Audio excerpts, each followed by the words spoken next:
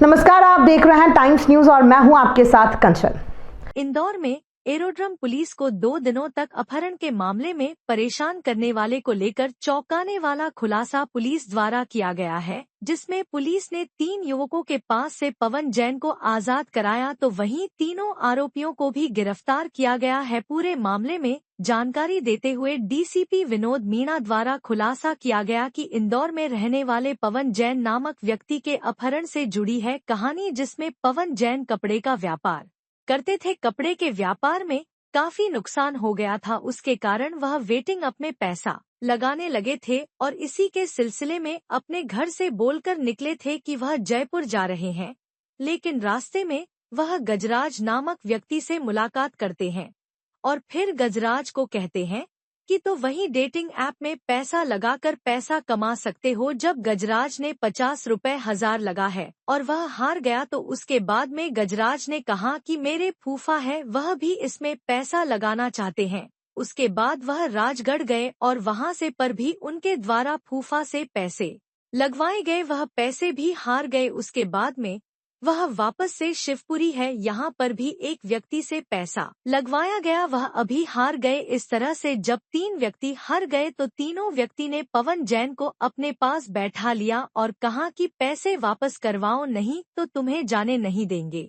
देखिए, ये कल एक एफआईआर रजिस्टर हुई थी थाना एरोड्रम के अंदर, जहाँ पे पवन जैन नामक व्यक्ति है, तो उनके परिवारजन द्वारा एक एफआईआर रजिस्टर कराई गई थी कि भाई उनके पास 3 लाख फिरौती के लिए एक कॉल आया है और उनके द्वारा एक अकाउंट नंबर दिया गया है। तत्पश्चात हमारे द्वारा इसमें एक एफआईआर कल रजिस्टर की गई थी रात में। एफआईआर रजिस्टर करने के पश्चात घर वालों से पूछताछ में पता चला कि वह जो पवन जैन है, जो पहले कपड़े का व्यापार किया करते थे और लॉकडाउन के दौरान उनको काफ़ी बिजनेस में नुकसान हुआ था और उसके पश्चात वह जयपुर का बोलकर कि जयपुर बिज़नेस के सिलसिले में जयपुर जा रहा हूँ और जयपुर का बोलकर घर से गए थे। तत्पश्चात उनको जब ये कॉल रैंसम कॉल जो आया उसके बाद वो थाने पे आए थे। हमारे द्वारा इसमें देन एब्डक्शन की एफआईआर तुरंत कायम कर ली गई थी थाना एरोड्रम में। उसके पश्चात टीम हमारे द्वारा लगाई थी। इसमें जो अकाउंट नंबर हमको मिला था उसका हमने टेक्निकल एनालिसिस स्टार्ट किया था। टेक्निकल एनालिसिस के आधार पर इसमें काफ़ी वाइटल क्लूज हमको मिले थे, जिसमें एक जो गजराज अहिरवार करके है, इसके विषय में हमको पता चला था। तत्पश्चात सभी आरोपियों को हमारे द्वारा शिवपुरी से राउंड अप कर लिया गया था।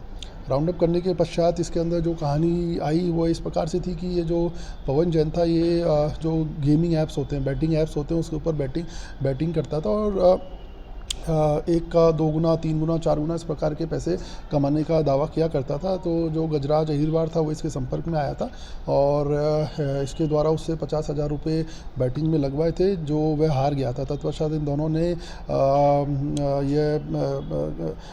सोचा कि इस पैसे को रिकवर करने के लिए गजराज ने बताया इसको कि भाई उनके बाबूलाल वर्मा जो उनके फूफा हैं पत्नी के, तो वह भी कुछ पैसा लगाने के लिए इच्छुक हैं। तो ये लोग पचौड़ चले गए राजगढ़, जहाँ पे इन्होंने 1,75,000 रुपये वापस बैटिंग में लगाए पुराना लॉस रिकवर करने के लिए। इनके द्वारा उस प्रोसेस में वो पैसा भी हार गए ये लोग।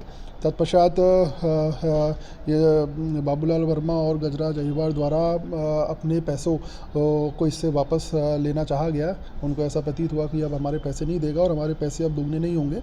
तो इन्होंने तो जो पवन जैन थे उन्होंने बताया कि उनके पास कोई भी पैसा नहीं है। तब जाके इन्होंने ये कॉन्स्पिरेसी रची और उसको वहाँ से ले जाकर शिवपुरी की तरफ वो मूवमेंट उन्होंने किया और इनके परिवार को साइमल्टेनियसली इनके द्वारा बैंक अकाउंट दिया गया कि भाई हमारे जो 3 लाख के आसपास का जो नुकसान हुआ है वह उसकी भरपाई कीजिए और इस अकाउंट में पैसा डालिए। तो इस पूरे ही प्रकरण में इस प्रकार हमने 3 आरोपियों को इसमें राउंड अप कर लिया है और साथ ही साथ जो जिसको अब्डक्शन जिसका किया गया था उसको भी सकुशल इंदौर लाया जा चुका है। सर, ये आरोपियों को जानकारी थी क्या कि जब जयपुर के लिए निकले नहीं, टेक्निकली ऐसा ये अपने जैसे कि जो पवन जैन है ये बैटिंग ऐप खेला करते थे और लोगों का पैसा डबल कराने का वायदा किया करते थे। तो बेसिकली घर वालों को ये कह के कि भाई मैं जयपुर जा रहा हूँ बिज़नेस सिलसिले में, लेकिन एक्चुअली जयपुर नहीं जा रहे थे। ये एक्चुअली गजराज से मिले और इनके द्वारा 50,000 रुपये बैटिंग में लगाए गए। वो हारने के पश्चात ये देन फिर वापस राजगढ़ पचौड़ गए, वहाँ जाके इन्होंने 1,75,000 रुपये लगाए, वो भी ये हार गए। तत्पश्चात ये कि जो तीसरा बंदा है दीवान करके, उसके पास जा रहे थे 5 लाख रुपए लगाने के लिए। बीच में तीनों को जब ये प्रतीत हुआ कि भाई इनके पैसे डबल नहीं होंगे और तो अपने मूल पैसे जो गए हैं उसकी वापसी के लिए उन्होंने पूरा षड्यंत्र रचा। ये जो सर ऑनलाइन गेम्स में क्या पैसा अच्छा मुनाफा होता है क्या? इसमें ये किया जाता है? देखिए इट्स कोई भी जो भी बैटिंग ऐप्स जिसकी हम बात करते हैं, अगर वो वास्तव में लोगों का पैसा अगर डबल करता तो बिज़नेस कभी सस्टेनेबल होता ही नहीं है। और उसके अंदर आपका कोई लॉजिक, कोई आपका दिमाग, कोई आपकी रिसर्च, इस टाइप की चीज़ें लगती नहीं है। इट्स सब प्योर गैम्बलिंग। सो इस प्रकार के ऐप पूर्णतः बैन हैं और इस प्रकार के ऐप पे लगातार पुलिस द्वारा निरंतर कार्रवाई भी की जाती है। तो इनके द्वारा ये शॉर्ट मनी कमाने का इनका तरीका रहता है, जिसके कारण ये इसके लालच में आते हैं और इस तरीके से फंस जाते हैं। टाइम न्यूज़ देखिए अब आपके मोबाइल और स्मार्ट टीवी पर। लाइव प्ले स्टोर से डाउनलोड करें टाइम स्मार्ट टीवी ऐप।